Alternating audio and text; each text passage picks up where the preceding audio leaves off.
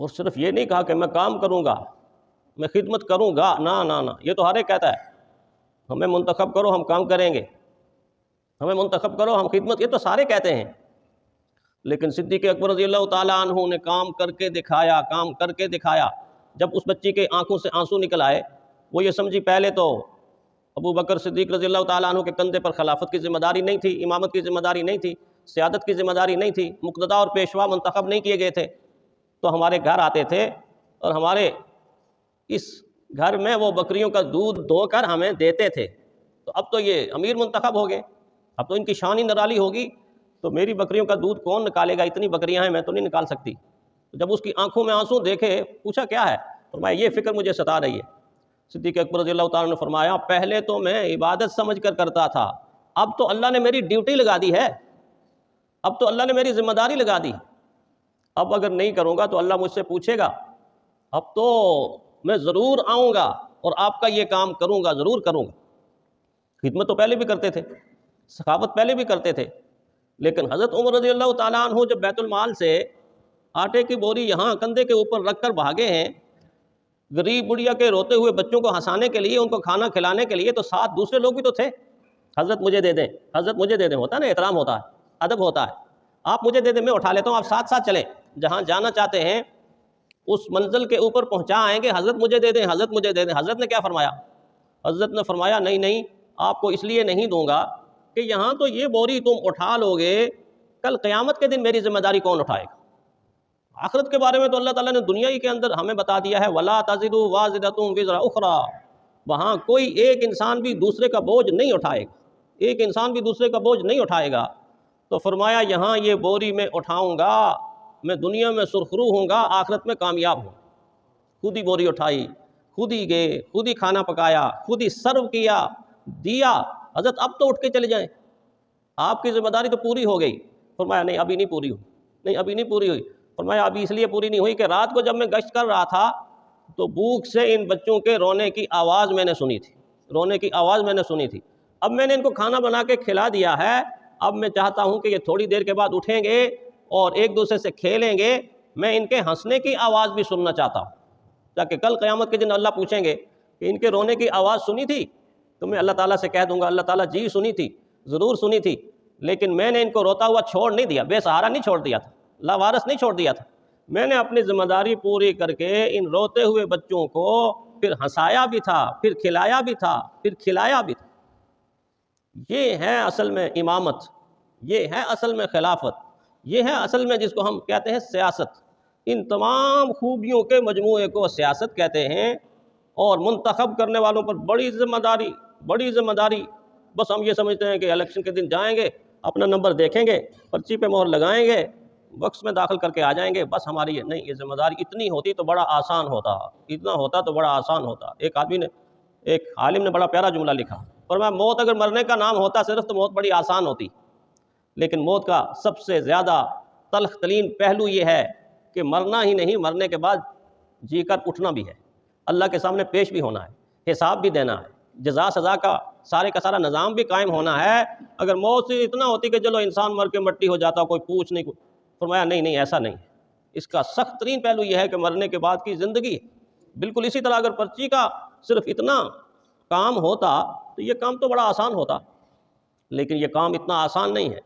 جس کے لیے میں پرچی اس باکس میں ڈالوں گا، آنے والی زندگی کے اندر اگر وہ نیک ہے، ہر قدم پہ نیکی کرتا ہے، صبح کو نیکی کرتا ہے، شام کو نیکی کرتا ہے، دن کو نیکی کرتا ہے، رات کو نیکی کرتا ہے، غربا کے کام آتا ہے، فقراء کے کام آتا ہے، مصیبت زدہ انسانوں کو مصیبت سے چھڑاتا ہے، انسانوں کی سچ میں وکالت کرتا ہے، سچی بات کی شہادت دیتا ہے، لقمہ حلال خود بھی کھاتا ہے، دوسروں کو بھی کھلاتا ہے، ہر جگہ انسانیت کا ہمدرد ہے، تو میری یہ پرچی اس کے ایک ایک عمل میں قیامت کے دن ایسے چمک کے سامنے آئے گی، شہادت دے گی، ہاں اس انسان نے سچی گواہی اور سچی شہادت دی تھی، سچی گواہی اور سچی شہادت دی تھی۔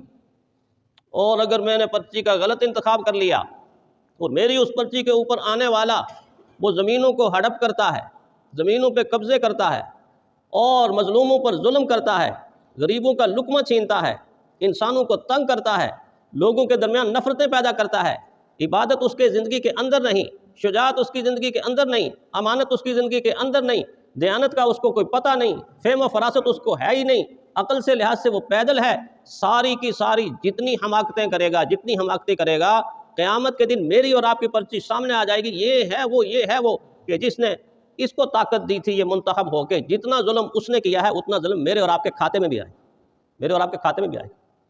وہ ایک کلپ نشر ہو رہا تھا، اس میں کیا ہے کہ ایک انسان ایک پٹواری کی قبر پر 2 سال سے مسلسل بیٹھ کے ابھی بھی رو رہا ہے۔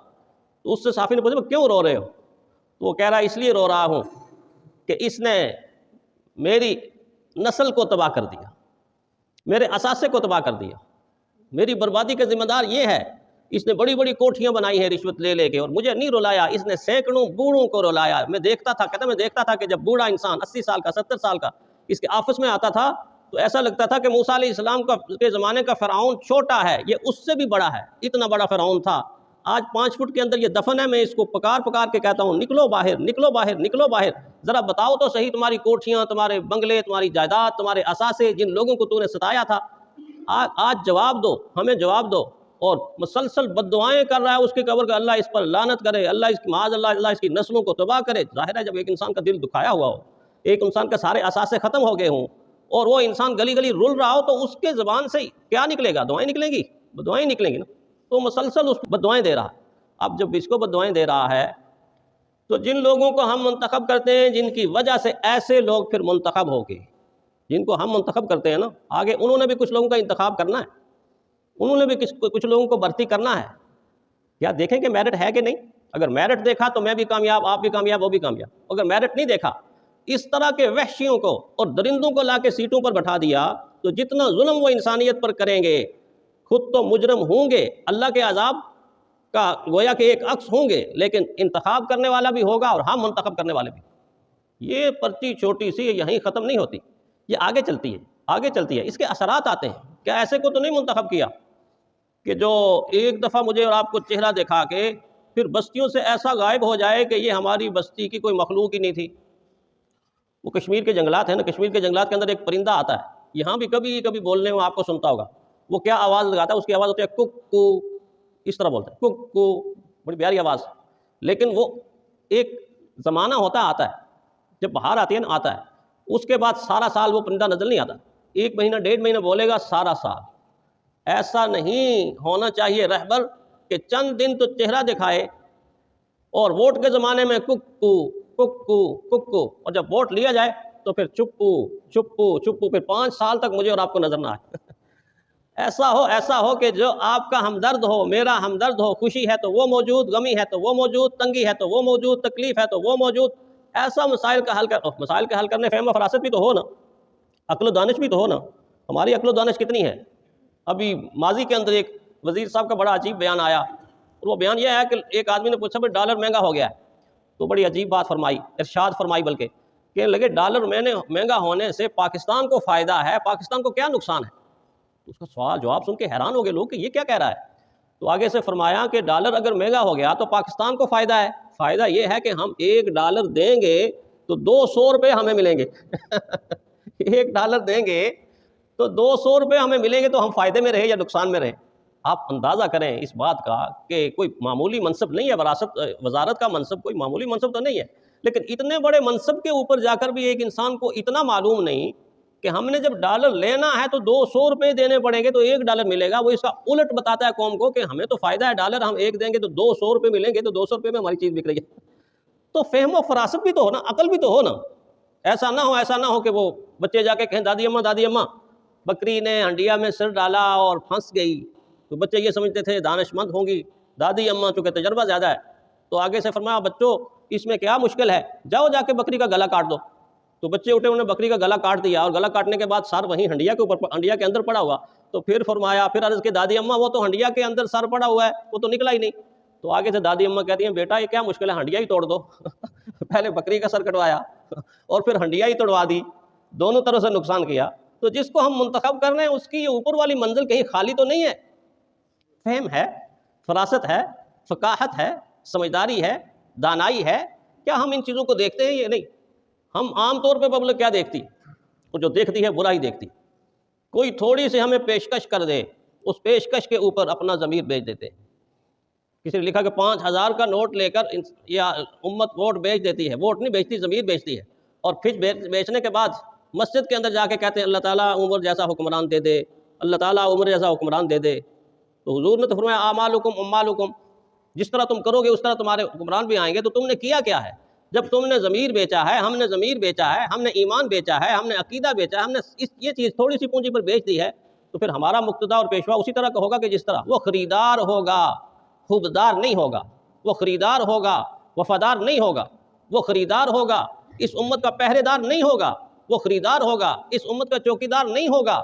چوکیدار تو وہ ہوگا جو ہر وقت کبھی بھی اپنی ذاتی لالچ کے لیے آپ کے پاس نہ آئے، بلکہ آپ کی خدمت کرنے کے لیے آپ کے پاس، وہ ہے حقدار، وہ ہے خدمت گزار۔ تو دین نے ہمیں چھوٹی سی آیت میں کتنی بڑی ذمہ داری بتائی، ان اللہ یأمرکم ان تؤدوا الامانات الی اہلہا۔ اے اہل ایمان، یقیناً اللہ تمہاری یہ ذمہ داری لگاتا ہے، یہ حکم دیتا ہے کہ تم امانت کو ان کے حوالے کرو کہ جو امانت کے اہل ہیں، جو اس امانت کو لے کر پھر آگے جا کے امانت دار بنیں گے، دیانت دار بنیں گے، حقدار بنیں گے، خدمت گزار بنیں گے، نہ کہ وہ سیاست کو غلاظت کے طور پر پیش کریں گے، خباثت کے طور پر پیش کریں گے، اور مخالفت کے طور پر پیش کریں گے، لڑائی جھگڑے کے طور پر پیش کریں گے، اور ذاتی مفادات کے طور پر پیش کریں گے۔ ایسا انسان مسلمانوں کا مقتدا اور پیشوا نہیں ہو سکتا۔ لہٰذا اس آیت کو ہمیشہ ذہن میں رکھیں، ان اللہ یأمرکم ان تؤدوا الامانات الی اہلہا۔ اہل ایمان، امانتوں کو ان کے حوالے کرو کہ جو امانتوں کے حقدار ہیں۔ اللہ تعالی ہمیں صحیح دین کی سمجھ عطا فرمائے۔ آخر دعوانا الحمدللہ۔